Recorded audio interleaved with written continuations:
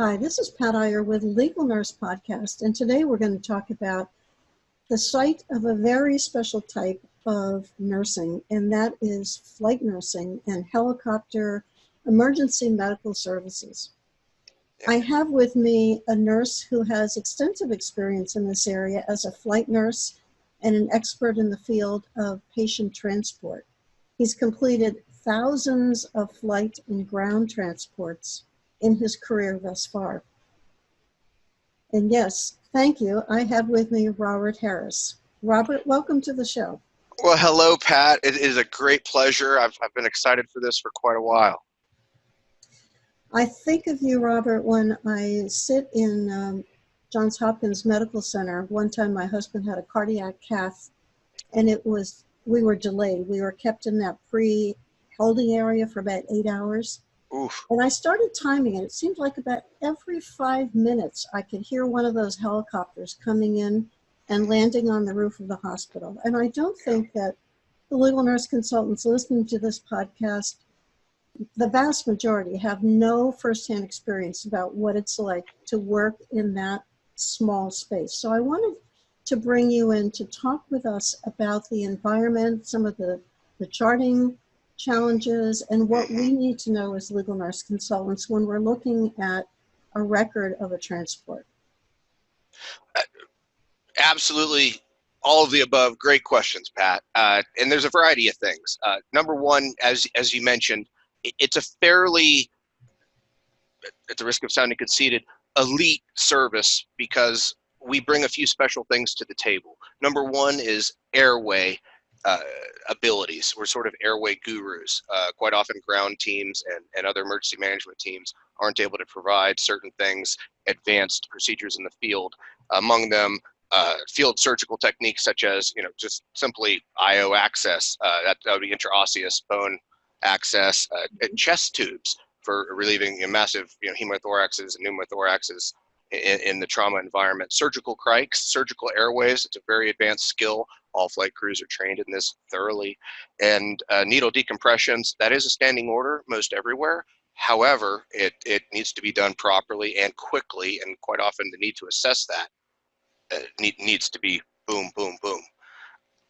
And we also have a huge critical care pharmacy as well. We can provide the precise drug we need for the right occasion. And we have massively huge protocols, which allow us to do everything. But if I had to pick one thing that distinguishes us, it's our airway capabilities. And that's something we have to document very, very well.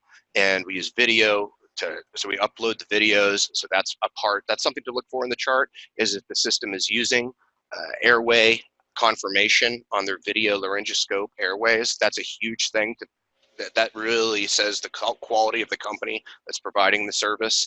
And also Q15 minute vitals, maybe even Q5 vitals, and good follow-up on any medications given and what they did, what they didn't do, what you moved to then, things of that nature, Pat. Can you tell us, is there always a physician in the helicopter, or are you typically alone? Are you working off of protocols? How does that part of it work? Fantastic. Okay, in Japan, there's a physician on the helicopters. It's a physician-based helicopter EMS. HEMS is the name of the field, Helicopter Emergency Medical Services, HEMS. And in Japan, there's a physician on the birds. In the UK, there are sometimes physicians on birds. Here in the United States, we have physician on satellite phone as a resource, should we need to. We call it medical direction, and that is always available. And if you ever are reading a chart and you see that there was some stuff that went kind of sideways, and there's some weird questions where you're like, wow, there might have been a deviation here, the most important thing to look for as an LNC is, was medical direction utilized for further guidance? That's one thing I could point out to our audience here today. And other than that, it's typically a nurse and a nurse, an RN and an RN, or an RN and a paramedic. You won't see paramedic and paramedic solely. There has to be an RN involved. And okay. Hi, nice to meet you. Got it. Do you ever have problems hearing the physician when you're talking on the satellite phone while you're inside the helicopter? Oh, It's typically queued up through the satellite attached to the helicopter, so we're listening to it on comm. We have a full, sorry if my hands are blurring, we have a full crash-resistant helmet to protect our heads, and there's audio boom set up, and we're able to cue in and out to the radio signals to call report to the hospitals or to contact our physicians on call, which are our medical direction. So we can get them anywhere, but we have an immense set of standing orders in place so that should we be in the Grand Canyon or in Ocotillo Wells somewhere. I operate out of the southwest regions of the United States, so there's a lot of canyons, there's a lot of mountain ranges. Sometimes you're just not getting a call through. So you got to be very autonomous, and yet at the same time, I don't like to intimidate people who want to fly. I don't want to say, listen, you're going to have resources there to help you should you get stumped. I think I answered your question. Yes. Did I get to that? It sounds like you do have a lot of autonomy. Are there ever situations where you can think that a flight nurse might go beyond the scope of practice of a nurse? Or is there a great deal of latitude? And I'm not talking about a situation that you personally might have been in, but sometimes legal nurse consultants might be asked to look at the care delivered by a flight nurse. And what are some of the red flag issues where we should be concerned as legal nurse consultants? Well, a couple things off the top of my head. Well, first of all, the protocol guides for what we do are 500 and 600 pages long, and they're in both handwritten and digital formats. Most of us have them on our devices and other devices, so we can look them up as needed, alphabetically, like super fast. We also trained extensively and quite aggressively. So you're not getting the job unless you can walk the walk and talk the talk. Mm-hmm. But there is a first line you'll call a basic, you'll just call essentially your dispatch, and they'll get you through to your nursing supervisor on the shift. If you just have a small question about protocols or maybe something here or there, and then if it escalates to where we need a actual decision process because we're stuck between A and B, it escalates to physician direction, medical direction, and we're under the physician's license. And once we're deputized there, that's one of the fascinating things about this is we can do absolutely anything we've been trained to do. And if we go to court, we're going to be asked, where were you trained and when were you trained? And we will show that with ease. And then the most important thing is if you deviated in any way because of a issue that developed or something crazy, like, oh my goodness, we're delivering triplets on the side of the road at night and the mother is coding and we don't have C-section protocols. What do we do? I mean, that's an absolute worst case scenario. But we're calling medical direction and we're getting the physician involved so that we're covered in court, because that's our biggest card to play when we're out of options. Because sometimes, as good as we are, we're going to get stumped. So it really depends. And the more mature provider will call medical direction earlier. Get them involved. They're there for you. I can think about cases that I've reviewed involving helicopter transport, and it seems, from my understanding, that typically the person who's transported by helicopter is in severe shape. Quite often. And usually I can think of one young man who was on a motorcycle. He'd just driven away from the shop and they had not repaired his brakes properly. And he went around a curve, hit the brakes, the cycle didn't stop, he was thrown off into a windshield of a car, bounced off the windshield on the ground, and my role was to summarize what people observed about his condition when he was on the ground to see if he had any conscious pain and suffering, because he survived for about 6 hours, and part of that was on a helicopter transport. And he was very unstable, but what I remember most vividly about those records is that I could read everything. It was incredibly detailed. There was not a nuance of his behavior that wasn't documented in great detail. It helped me in preparing my report to show that he had some awareness. He was opening his eyes. He was trying to talk a little bit. As I think about the environment that you work in, you're in a tiny space. You're surrounded by equipment. You've got to do charting. Are you doing charting contemporaneously, or do you do it on the ground after you arrive, or some combination of both? Yes, and yes.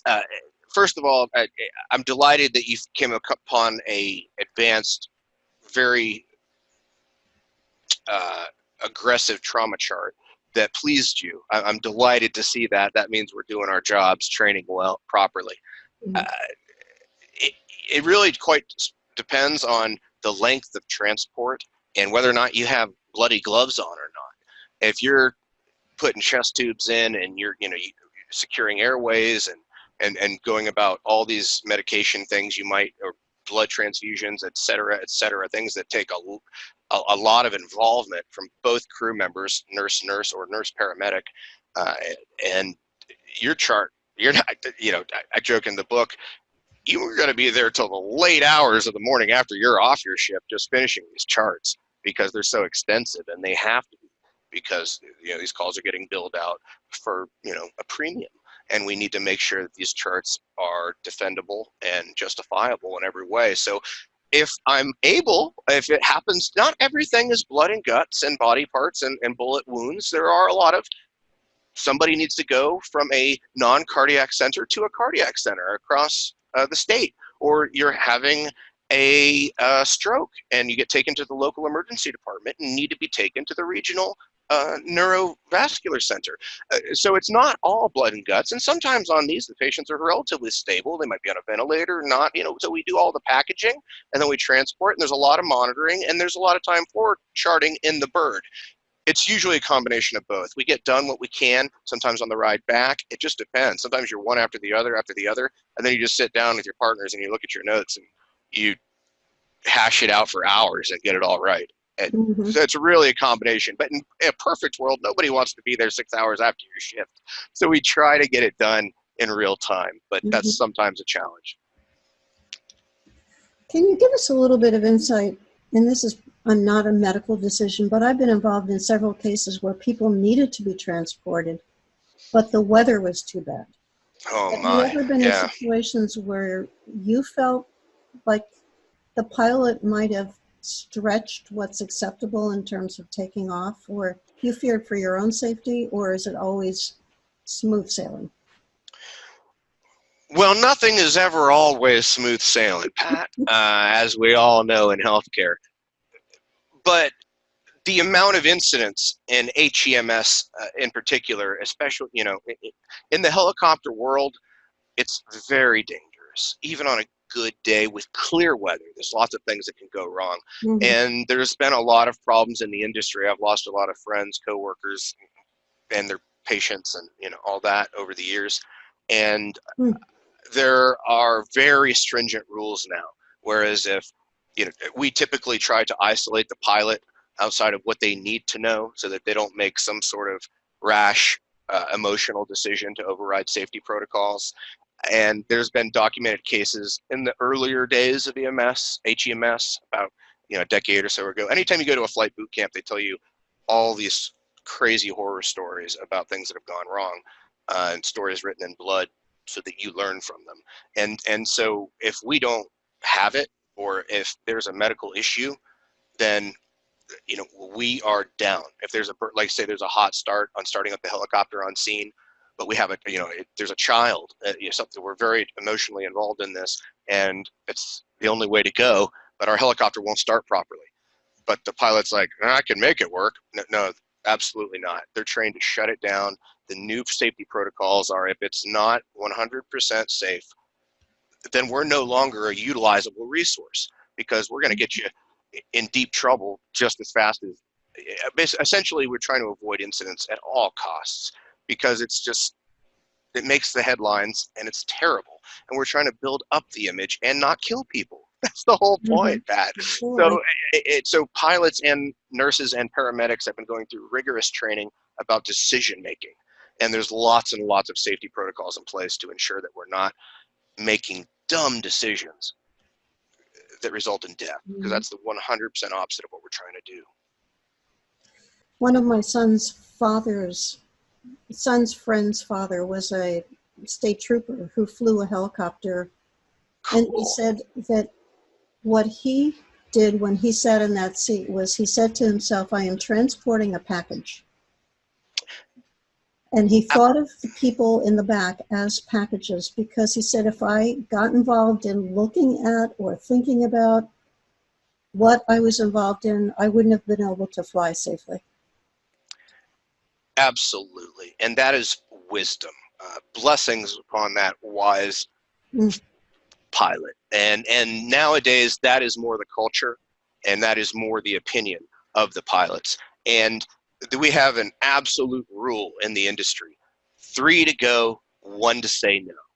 And if it's not all 3 crew members involved in a yes, we're good for this process, and we can have an intelligent discussion about it. It's not, it's not like oh, I don't like to fly. I don't want to. Okay, well, it's perfect and beautiful out, and everything's fine. Like, what do you like? You just have a stomach ache? No, no, no, no. But if there's a legitimate concern, and somebody's like, I have a bad feeling about this because I feel we're violating A, B, and C, it's over. 3 to go, 1 to say no, and that is sort of the industry, not sort of, that is the absolute industry standard. And that's led to less deaths, less incidents, overall awesomeness, which is what we're going for. We want to save lives. We don't want to die. I don't want to die. I love keep doing this. That's the whole point. It's like skydiving, It's only fun if you get to do it again. So everything is taking an upward turn with safety regulations, and it's a new world we're living in. It makes me think of the things that we've learned from the airline industry and some of those reservations that people had inside the plane but were in the past afraid to bring up or draw attention to, or were overruled by somebody who had more authority. And we've brought that philosophy into healthcare with more or less success, to be honest, in terms of who's comfortable bucking authority. The real Absolutely. rule sounds to me like it's part of that. If you've got reservations, speak up. We don't want you to be silent. Absolutely. And to be honest, that fantastic Tom Hanks film where they go over the life of the event with Captain Sully, if you have not watched that, watch it. And it is gold. I hope I don't get you sued by whoever owns that film, but it's a great plug, and it's so educational because it involves us. And I quite often excerpt clips from that in PowerPoint presentations and stuff where then there's another book, I'll plug my own book here in a bit, but there's another book called The Checklist Manifesto, where the surgeon goes through all the different industries where they talk about how checklists and guidelines are literally saving lives and improving the process. And it was, it's teamwork on every level. It used to be, oh, the old captain says we're good. Well, then we listen to the old captain. Nowadays, it's, you're out of your mind. I don't want to die. I'm going to speak up. And you are promoted to do that and encouraged to and held accountable if you don't. So the entire industry is deciding to, let's be safer and not kill people. It's wonderful. It's a wonderful move in the direction of positive improvement. Can you give us any insight into what typically causes helicopter crashes? Those stories that you were educated on as the warning signals? Yes, I say in my book, there's a slightly emotional section. It's a very uplifting book and educational book, but there's an emotional section where I say I have flown with several crash survivors, and I have slept in the beds of the dead. And just a quick, not to be a bummer of an anecdote, but I once floated to a place to cover a shift they had just lost the nurse and pilot in a crash the week before. It was engine failure at high speeds, and they just went right into the side of a mountain. And the paramedics survived, although he was incredibly physically damaged, but survived, and they were eventually rescued.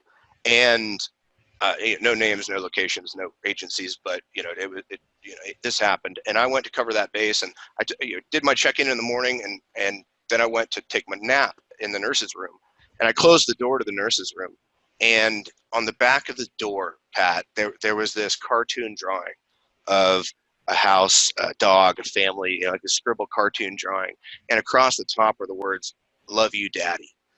Mm. And the dead nurse's child had drawn that the week before.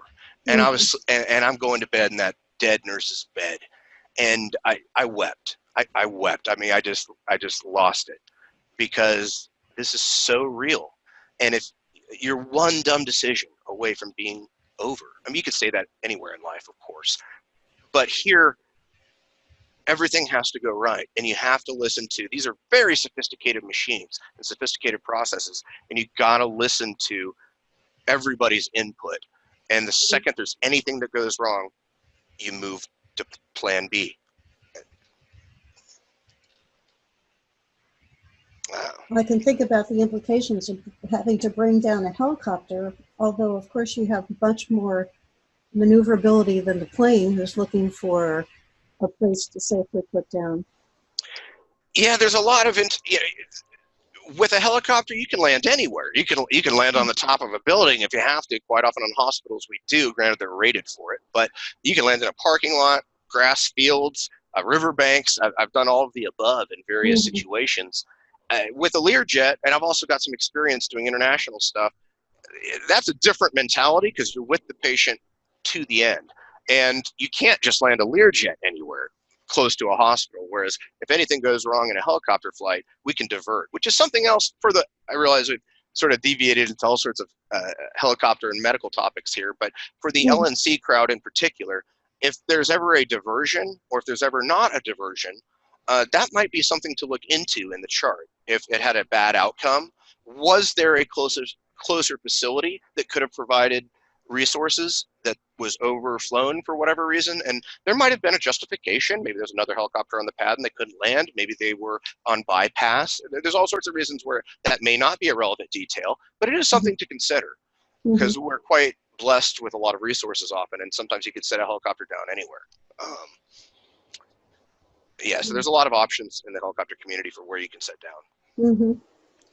Even if it's in a field at night, because I've had a lot of bird strikes, and I've been a part of situations where they get a warning engine light, and we have to do a emergency landing in a field. And then we're on the radio calling the local ambulance company to come hang out with us while we wait for another helicopter, because we're going to need more equipment, more oxygen, more, you know, we have a lot of stuff, but we might be there indefinitely for a while. So you have to wait for more resources, and you got to be thinking ahead of these things. But ultimately, all that comes down to the skill and knowledge of the pilot and the overall team workmanship. I realize I'm giving long answers to these here. I hope your audience is still enjoying this. I'm sure they are, because they're getting some insight from a unique source. Is there a story or a situation that particularly stands out in your mind that makes you feel really good looking back on it, to say, we made a difference in this person's life? At risk of sounding conceited, Pat, many. But one in particular just warms my heart, and I'll rapidly take us through it. We were launched in the desert out to this very involved, essentially a car tried to pass an 18-wheeler on the freeway, didn't make it, got ran over by the 18-wheeler, like something you'd see in a Fast and the Furious movie. And we encountered the patient once we landed on the closed down freeway in the back of the ambulance, and it was a young girl, maybe 50 kilograms, 60 kilograms, and a teenager, maybe early 20s, and she had been scalped largely, and I could see that her skull was intact, but she was kind of rambling her speech, and I could tell that from the mechanism she'd been pulled out of a sliver that remained of the front passenger seat. She'd been wedged in the door and the remainder of the seat pulled out, and she was in C-spine precautions. And my partner and I said, hey, her neck is clearly very, very damaged by this mechanism of injury. And there's two options for intubating a patient. You can go as direct laryngoscopy, laryngoscopy, you could pronounce it, where you use a mechanical lifting, you can use a mechanical lifting, and then you insert the tube for intubation, or you can use a video that has a video at the tip. And so you go in and then you go down to insert. So there's no applied pressure on the neck. And we decided to obviously use the video approach here so we wouldn't damage her neck, because we could tell there was a lot of damage done. Anyway, the airway was placed wonderfully. We completed the call, high-fived back to the base. Good job, partner, kind of a thing. 3 months later, I get a phone call, or I get an email from my partner saying, dude, check your email. Congratulations, good job. I'm like, oh boy, what now, So I go and check my email, and I'm just so apprehensive. And it was from a case manager at a rehab facility. And sometimes you get a lot of follow-up, sometimes you don't. Sometimes we're discouraged from like going too aggressive to, we don't make people feel uncomfortable to get follow-up. And so I didn't know, I knew she had survived the initial surgeries, but that's it. That's all I knew. And she wanted to meet the crews, the fire and flight crews that had saved her life. And she had complete C3 through C37 unstable cervical fractures. Oh, and if I would have done the cranking intubation procedure, I would have without a doubt made her a quadriplegic. But because we used our judgment and the proper equipment and technique to do the video laryngoscopy, she was walking in a halo brace with full function, expected to make a full recovery. And they sent us a picture of her waving, walking around. Once again, I wept. I weep a lot, I guess. But you don't get these happy endings every day, and that was just a beautiful moment, because we made the right decision. We used the right technology, and I was so blessed to be working for a company that had the right equipment. A lot of things went together right that day to make sure that young woman's quality of life sustained. It was a really good victory, Pat. Thanks for asking that. That was really sweet. You're welcome. If somebody said to you, Robert, I'm thinking about going into flight nursing, what advice would you give that person? Well, if you're already a paramedic or an RN, then you need to be in the field for 3 to 5 years before they're going to be able to accept your application. And once again, in my book, I go through quite a laid out process of how to make this happen for you quickly. But the first step is to become an RN. And this is an LNC podcast. I'm talking to RNs and other members of the legal community, and become an RN. It's the way of the future. I say in the book, there's never been more people, and people have never been living longer. So I hope it isn't crass, but I say in the book, one of my early mentors once told me, healthcare is like the casino, whether we like it or not. The house always wins. So we got to be ready, because they're going to be coming to us, and we got to be ready to handle these problems. And once again, not crass, not rude. I don't mean that to be, inappropriate, but it's a true statement where they're coming, and we got to be ready. And so get the education, and then build your certifications. You need to show up at that resume or at that interview with the best resume in the room. If you're asking the question of, should I add this, should I add that? Yes, you should. If you're asking the question, you should add it. Show up being the baddest person in the room. Show them how great you are, and they'll see it. That's the most important advice. And I might add, I didn't introduce Robert this way, but he has the longest string of letters after his name that I think I've ever seen. Tell us what CFRN means. Well, CFRN is my pride and joy. That's Certified Flight Registered Nurse. There's an organization called the BCEN, Board of Certification for Emergency Nurses, and then there's other organizations as well. But they're the primary one that coordinates with the Emergency Nurses Association, and they support certifications. And I don't know if we want a visual aid, but across the bottom down here, there's a list of things. I believe it reads CFRN, CTRN, TCRN, CEN, CPEN, CNPT, CCRN. And just real quick for your audience, that's Certified Flight Registered Nurse, Certified Transport Registered Nurse, Trauma Certified Nurse, Certified Emergency Nurse, Certified Pediatric Nurse, Certified Neonatal Pediatric Transport, and then CCRN, which is the ICU certification. And, I hate it when people shamelessly self-promote their product, on podcasts. It's something I've swore I would never ethically do. And if I could ever find someone, I just would tell them that's inappropriate. Tell us about your book, Robert. Oh, what? The book? No. Our Well, listeners would like to know about it. well, I'm the son of a career flight paramedic, so I'm one of those lucky people who grew up with a hero who did the same thing that I ended up doing. And I served in the military. I was a platoon corpsman with the 1st Marine Division during the Iraq War, and they set up corpsmen to challenge their LVN license. That was a hop, skip, and a jump to my RN, and then I set a 3-year goal to become a flight nurse. And I think I like to just say I was eligible in September. I interviewed and was hired in October, and then I started flying in November. So there's a lot of good advice in here. Shameless plug or not, it's I'm telling you, Amazon.com, and of course there's a million wonderful LNC publications from Patricia Iyer, and I mean I've had such a blast talking about this, and you're so generous to let me do that shameless plug. Thank you so much. And for the people who are listening to this but not watching the video, the name of your book is what? Oh, my goodness. Of course, how insensitive of me. The Flight Nurse Bible, a field guide to awesomeness. And it is a beautiful book with a neon pink sunset and a gorgeous helicopter in the front. And it even looks good on a shelf. So like it, love it, hate it. It's a pretty book.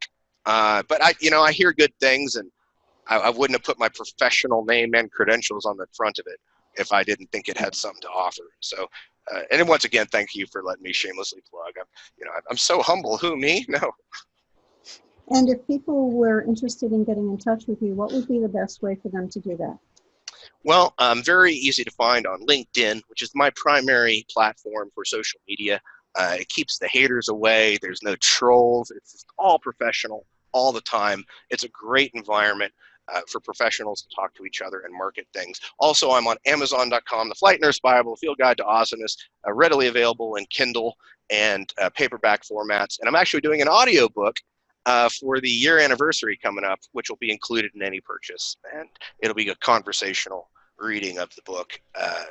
And that's it. Otherwise, rpharrisrn@yahoo.com, and shoot me any emails, questions, or any. I'm here for you guys. I'm a servant, and I want to help. That's what I'm all about, Pat. I thank you so much again for just being so sweet and having me on. I've been really excited about this. I appreciate it so much that you've spent your time with us today. And this is Pat Iyer and Robert B. Harris talking about flight nursing. I've gotten several takeaways from this show, one of which is that you have to have a lot of courage and a tremendous set of skills in order to function in a cramped environment that is constantly moving, and you're under a lot of pressure to be able to deliver care to a critically ill patient. Yeah. So that requires a lot of training, and it sounds like a big emphasis on safety issues to make sure that the pilot and the crew and the patient all get to the destination safely. Perfectly said, Pat. Perfectly thank you for being with us today, and thank you to you who's listening to this program. Be sure to download our mobile app, which is Biz.edu, if you have not already gotten it. It's available at legalnursebusiness.com/BIZEDU. And that's where you can get our podcasts, our blogs, our free reports, our webinars, our videos, and a variety of other forms of education for legal nurse consultants. Be sure to come back next week. We'll have a new guest and a new topic, and look forward to having you on the show.